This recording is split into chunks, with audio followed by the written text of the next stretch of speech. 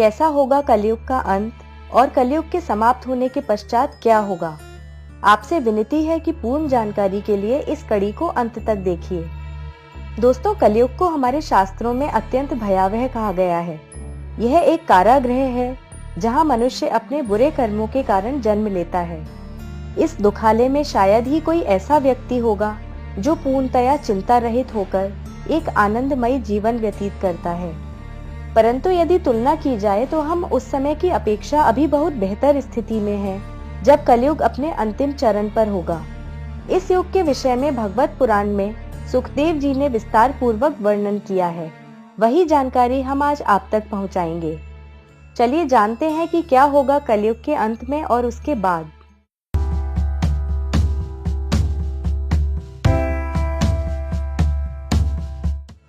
कलयुग के अंत में केवल अधर्मियों का बोलबाला होगा। उस समय लोग भगवान में विश्वास ही नहीं करेंगे। परमात्मा तथा मनुष्यों के बीच एक अविश्वसनीय दूरी होगी। कलयुग के अंत में व्यक्ति की औसत आयु केवल 20 वर्ष रह जाएगी, अर्थात केवल 16 वर्ष की आयु में ही बाल सफेद होने लगेंगे। समय बढ़ने के साथ इंसान का कद भी छोटा होता जाएगा। बहुत छोटे छोटे कारणों से भी लोग एक दूसरे की हत्या करने में कोई संकोच नहीं करेंगे। जब घोर कलयुग होगा तब क्रोध, वासना, अहंकार, इच्छाएं तथा वस्तुओं से लगाव चरम सीमा पर होगा। लोग केवल स्वयं को ही महत्व देंगे। माता पिता, भाई बहन जैसे रिश्तों में भी कोई स्नेह, प्रेम, परवाह या सेवा की भावना ही नहीं रह जाएगी। शास्त्रों के उल्लेख के अनुसार जब कलयुग अपनी चरम सीमा पर होगा तब शोषण, जुआ, शराब, व्यभिचार आदि एक साधारण सी ही बात होगी। वैसे तो वर्तमान समय में भी ये बहुत बड़ी बातें नहीं हैं, परंतु कलयुग के अंत में प्रत्येक व्यक्ति इन कुकर्मों में भाग लेगा। ऐसी गतिविधियां साधारण जीवन यापन का एक हिस्सा होंगी। कलयुग के अंत में लगभग सभी लोग रोगग्रस्त और अस्वस्थ होंगे। कलयुग समाप्ति पर भगवान के शुद्ध भक्त ही पूजा में विश्वास करेंगे। भोजन, पानी तथा अन्य प्राकृतिक सुविधाओं की पूरी धरती पर कमी हो जाएगी। नदियां सूख जाएंगी, आकाश प्रदूषण से काला दिखने लगेगा, दरिद्रता, भूख प्यास हर तरफ फैल जाएगी।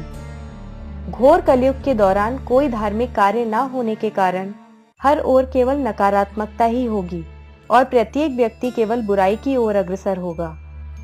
सबको केवल धन की ही अभिलाषा होगी। स्त्रियां 15 वर्ष की आयु से पहले ही मां बन जाएंगी।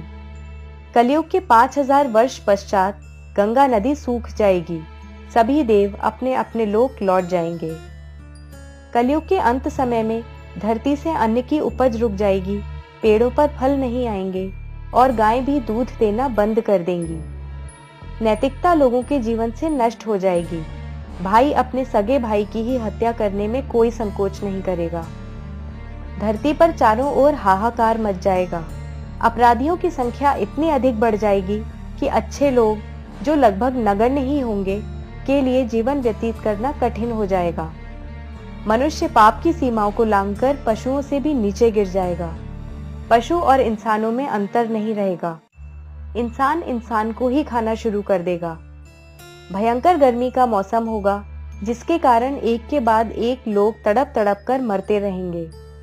जब बुराइयां चरम सीमा पर होंगी और धरती पाप के बोझ तले दब जाएगी, तब भगवान विष्णु का कल्कि अवतार होगा। श्रीमद् भागवतम के अनुसार भगवान कल्कि शंभल गांव के विष्णु यशा नामक ब्राह्मण तथा उनकी पत्नी के पुत्र के रूप में जन्म लेंगे। भगवान कल्कि एक बहुत विशाल घोड़े पर सवार होकर सब अधर्मियों का नाश करेंगे।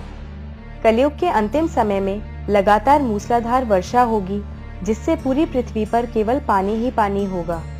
समस्त धरती पर जल ही जल होने के कारण सभी प्राणियों का अंत हो जाएगा। अब जानते हैं क्या होगा कलयुग के पश्चात। कलयुग के अंतिम पड़ाव पर केवल गिने चुने लोग ही भगवान के भक्त होंगे। ये लोग सभी बुराइयों से दूर, धर्म पालक तथा भगवान की भक्ति में मग्न होंगे। केवल ऐसे ही लोग प्रलय के प्रकोप से बचे रहेंगे और सतयुग में प्रवेश करेंगे और भगवान की लीलाओं का आनंद लेंगे। तो दोस्तों, इससे तो यही संदेश मिलता है कि समय रहते जीवन का कुछ अंश भगवान के साथ जुड़कर व्यतीत करना चाहिए और कलयुग में भक्ति करने के लिए हरिनाम भजन से बेहतर कोई उपाय नहीं है। कलयुग में भक्ति कैसे की जाए, ये हम आपको जल्द ही एक वीडियो के माध्यम से बताएंगे। यदि आपको यह वीडियो पसंद आया तो लाइक, शेयर और कमेंट करें और द डिवाइन टेल्स को सब्सक्राइब भी अवश्य करें। हरे कृष्णा।